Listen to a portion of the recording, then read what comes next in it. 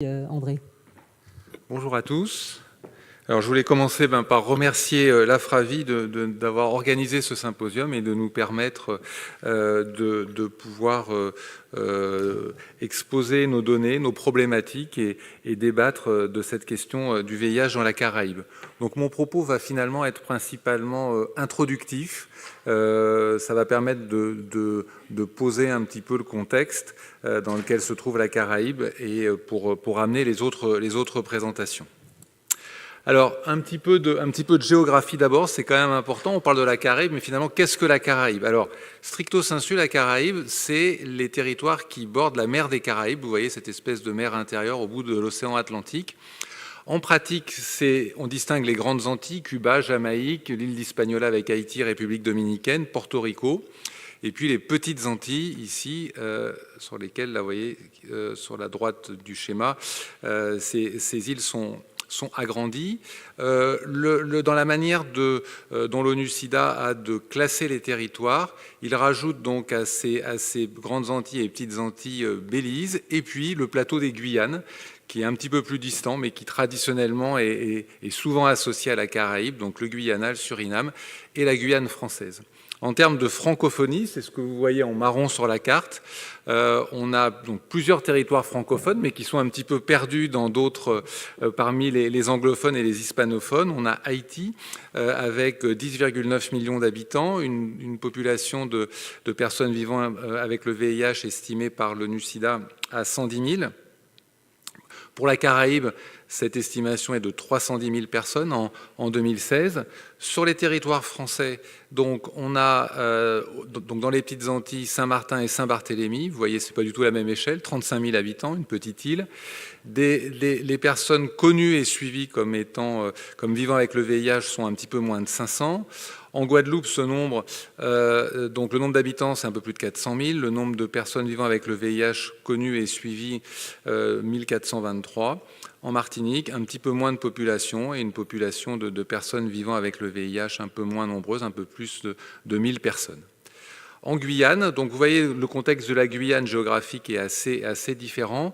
C'est un pays qui est complètement intégré dans l'Amérique du Sud avec des frontières avec le Suriname et le Brésil et des frontières principalement le long des fleuves et donc on en reparlera largement tout à l'heure. La population, alors on connaît un peu moins bien la population que dans les îles. Elle est estimée à 270 000 habitants avec des personnes vivant avec le VIH suivies environ donc au nombre de 1800. Alors un petit mot des territoires français d'Amérique. Qui sont quand même assez particuliers dans cette région, puisque finalement la plupart des pays ou des îles qu'on a vues sont des États indépendants. On a Porto Rico qui est donc rattaché aux États-Unis, et puis les territoires français d'Amérique.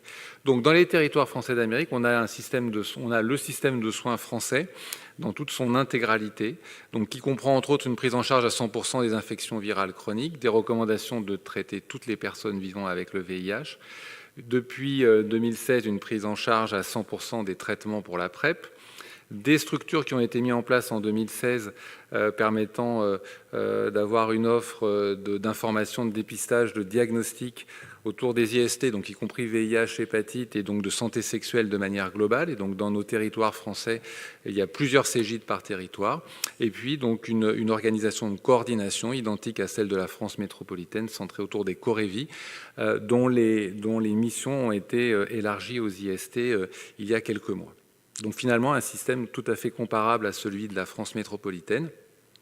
En termes de développement économique, on est vraiment en situation intermédiaire entre la France métropolitaine. Quand on regarde les différents indicateurs, ils sont tous beaucoup plus péjoratifs dans nos territoires en termes de PIB, de chômage, etc.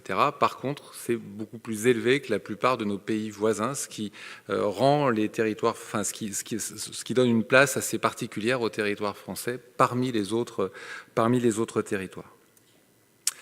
Alors, on parle des territoires français, mais j'ai mis cette diapositive pour vous montrer finalement à quel point on ne peut pas globaliser les caractéristiques des personnes vivant avec le VIH suivies dans nos territoires.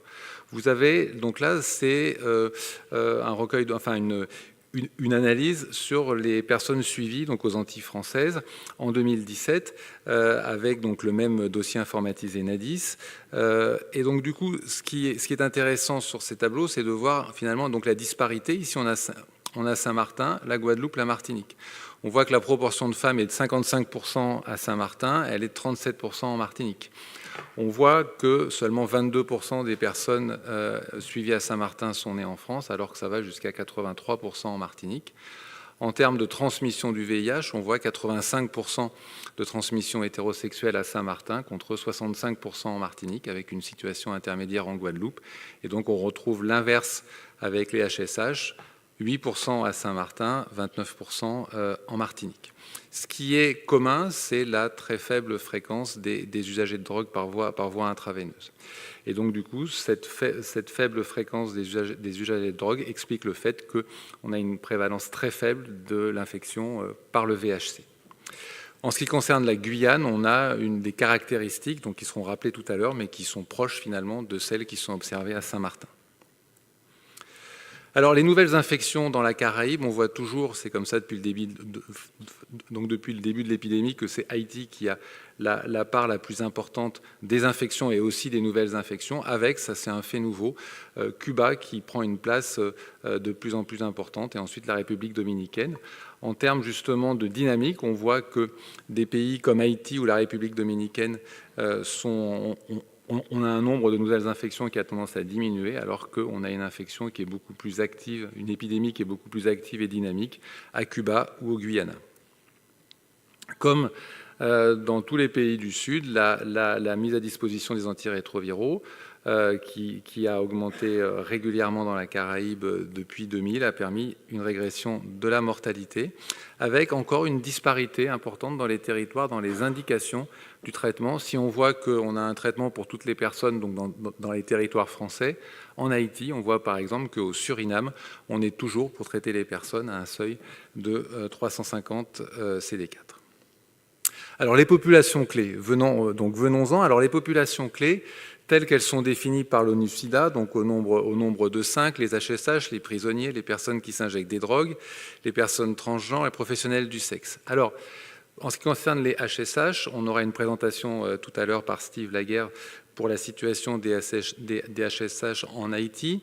Ce que je voulais rajouter, c'est que aux Antilles françaises, donc vous avez vu que la situation est assez variable d'un territoire à l'autre, mais par contre, ce qui est commun, c'est l'existence d'une très grande homophobie et avec un rejet, une stigmatisation très importante des HSH, avec du coup de grandes difficultés pour accéder à ces populations. On n'a aucune association, par exemple, qui est pignon sur rue. On n'a aucun moyen de pouvoir accéder directement à ces personnes en termes de dépistage, de prévention. Et donc on a par exemple vu cette difficulté lorsqu'on a mis en place les consultations de PrEP, où il a fallu qu'on attende 9 mois avant de voir le premier patient, alors que l'ensemble de la communauté médicale était au courant, que les associations nous avaient promis de nous amener des patients. Mais finalement, les premières personnes sont arrivées, mais elles sont arrivées toutes seules, d'ailleurs pas par le biais des associations, elles sont arrivées toutes seules. Et donc là maintenant, on a une consultation de PrEP qui fonctionne bien par le bouche à oreille, et vraiment par des milieux, et les personnes qu'on voit nous disent très clairement qu'elles sont volontairement cachées et finalement en dehors de beaucoup de nos messages de prévention ou de dépistage. Les prisonniers, on aura des présentations tout de suite après, donc je n'en parle pas. Un mot très rapide des personnes qui s'injectent des drogues pour dire qu'à part à Porto Rico, il n'y a quasiment pas d'injection, de personnes qui s'injectent des drogues dans la Caraïbe, ce qui fait que finalement, c'est une population clé qu'on rencontre assez peu. Les personnes transgenres, on n'a pas beaucoup de données. Je voulais par contre vous donner quelques données sur les professionnels du sexe. Cayenne, Haïti, Martinique. Alors Cayenne, une étude qui était déjà ancienne, mais qui montrait l'importance des professionnels du sexe dans la transmission du VIH à Cayenne, où il avait été estimé que lorsqu'on prenait les hommes suivis, les hommes vivant avec le VIH suivis à Cayenne, 45% d'entre eux avaient été infectés à la suite de rapports payants. Et lorsqu'on regarde les femmes vivant avec le VIH, eh bien, presque 11% d'entre elles avaient été infectées à la suite de rapports transactionnels, que ce soit monnayés ou que ce soit pour des cadeaux ou d'autres services. Je vais maintenant vous présenter très brièvement les principaux résultats de deux enquêtes, une qui a été menée en Haïti en 2014-2015, surveillance biologique et comportementale des travailleuses du sexe, et une étude qualitative menée en Martinique. L'étude menée donc en Haïti, c'est une enquête qui portait sur 1780 femmes. Donc il y avait à la fois donc des questionnaires et puis une proposition de dépistage du VIH avec donc une étude de séroprévalence. Ce qu'on voit dans cette étude, c'est qu'on a une utilisation insuffisante du préservatif, moins de 90% pour des rapports payants, et donc cette utilisation diminuant beaucoup. Globalement, 70% sinon payants, et si c'est vraiment le partenaire habituel, ça baisse encore plus, aux alentours de 50%. Les connaissances sur le VIH, globalement, sont assez bonnes chez 76% des femmes, mais par contre, il y a encore beaucoup d'erreurs, notamment sur les modes de prévention et sur les modes de transmission. Et finalement, on n'a que 16 personnes des femmes interrogées qui avaient 100% de bonnes réponses. 85% d'entre elles avaient été testées antérieurement. Elles sont très souvent victimes de violences, que ce soit de la part d'autres professionnels du sexe, un quart, ou que ce soit des partenaires dans plus d'un tiers des cas. Et elles sont victimes de discrimination dans plus de 50% des cas. Et donc vous voyez une prévalence qui reste très élevée, globalement 8,7%, avec des régions d'Haïti où cette prévalence monte jusqu'à 27,2%. Alors en Martinique, donc une étude menée aussi, la partie de terrain a été faite en 2015. En fait, on croyait aux Antilles françaises que finalement, on n'avait pas de réel problème avec la prostitution, puisque ce qu'on connaissait, c'était la prostitution de rue, la prostitution visible, avec des personnes qui utilisaient les préservatifs, qui étaient testés régulièrement. Et lorsqu'on avait fait des campagnes de dépistage donc dans ces populations, on trouvait une séroprévalence du VIH excessivement faible. Et en fait, cette enquête a permis de montrer qu'à côté de cette prostitution de rue officielle, entre guillemets, on avait une prostitution invisible qui se déroulait soit sous forme de rapports sexuels tarifés, soit sous forme d'échanges économico-sexuels, que ce soit des cadeaux, du logement ou d'autres types de transactions. Et donc là, on s'aperçoit que cette population utilise très peu le préservatif, pas beaucoup avec les clients et encore moins dans les situations, notamment pour les relations avec leurs partenaires réguliers. Très peu de connaissances des IST, en particulier pour les femmes d'origine étrangère.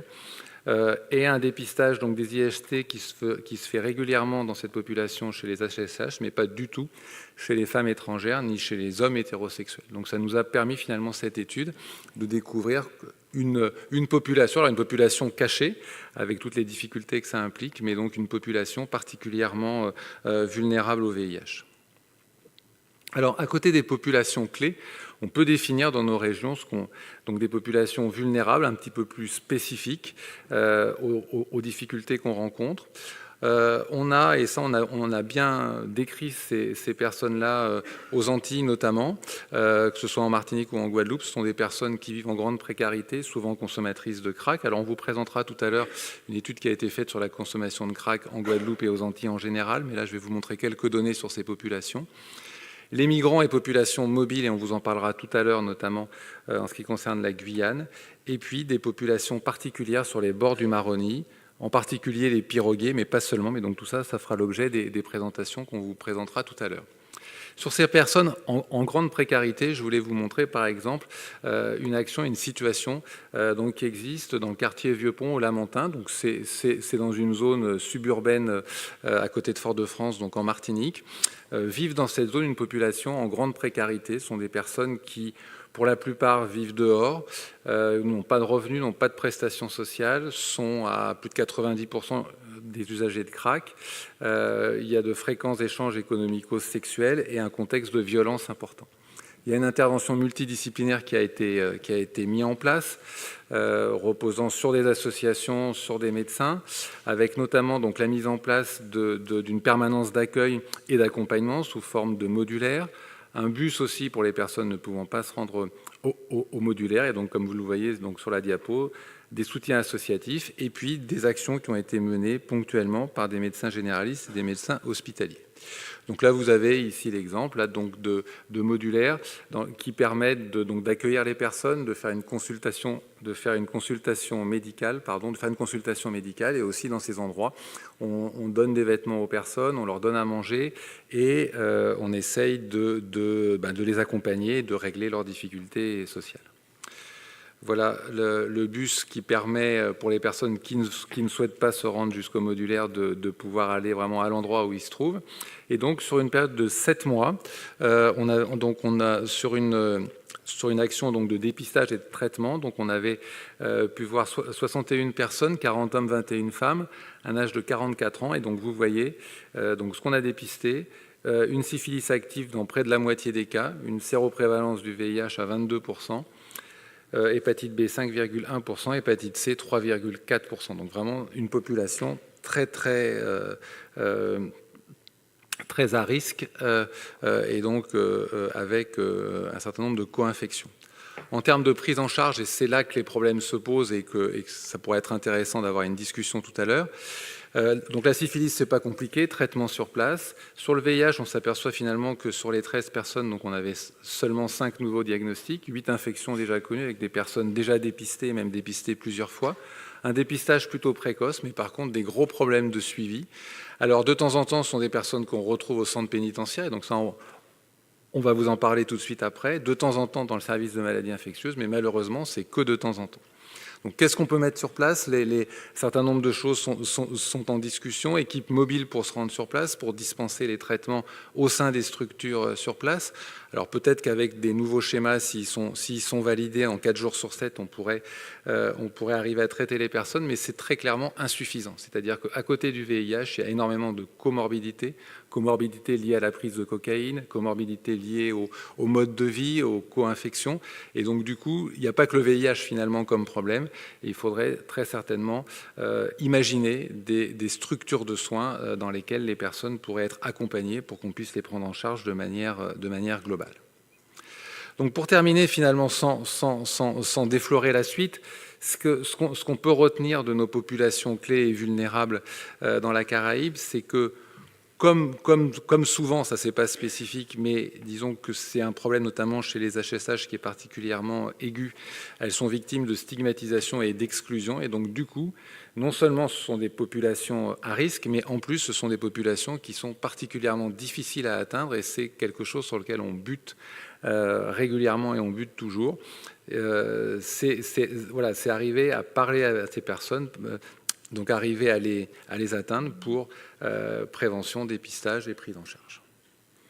Voilà, je vous remercie.